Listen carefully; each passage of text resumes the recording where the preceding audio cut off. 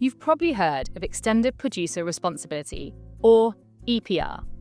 It's a policy idea that sounds great. Make producers pay for the environmental costs of their products, especially the waste. The idea is, if they're responsible for what happens to their packaging or product after people use it, they'll design it so that there's less waste, better materials, and longer-lasting products. But here's the problem.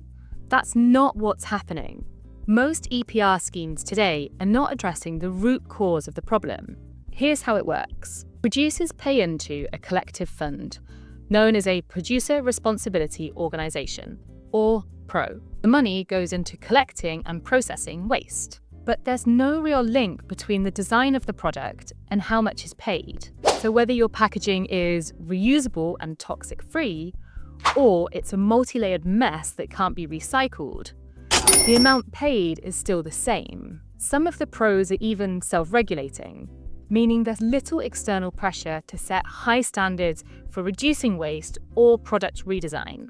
In most cases, it's unclear how those funds are used and whether or not they're meeting their targets, or even what those targets are. Meanwhile, waste is increasing, recycling is on the decline, reuse is in freefall, and taxpayers are still picking up the bill.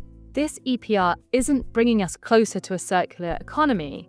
It's a pay-to-pollute scheme. But it can be fixed. Real EPR would have eco-modulated fees where producers pay more for single-use polluting items and less for toxic-free reusable items. Deposit return schemes are a proven way to support reusable packaging and high-quality recycling.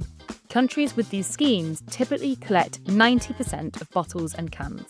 Clear targets for prevention and reuse, not just recycling. It would also have independent oversight, transparency, and better integration with wider policies on climate and waste reduction.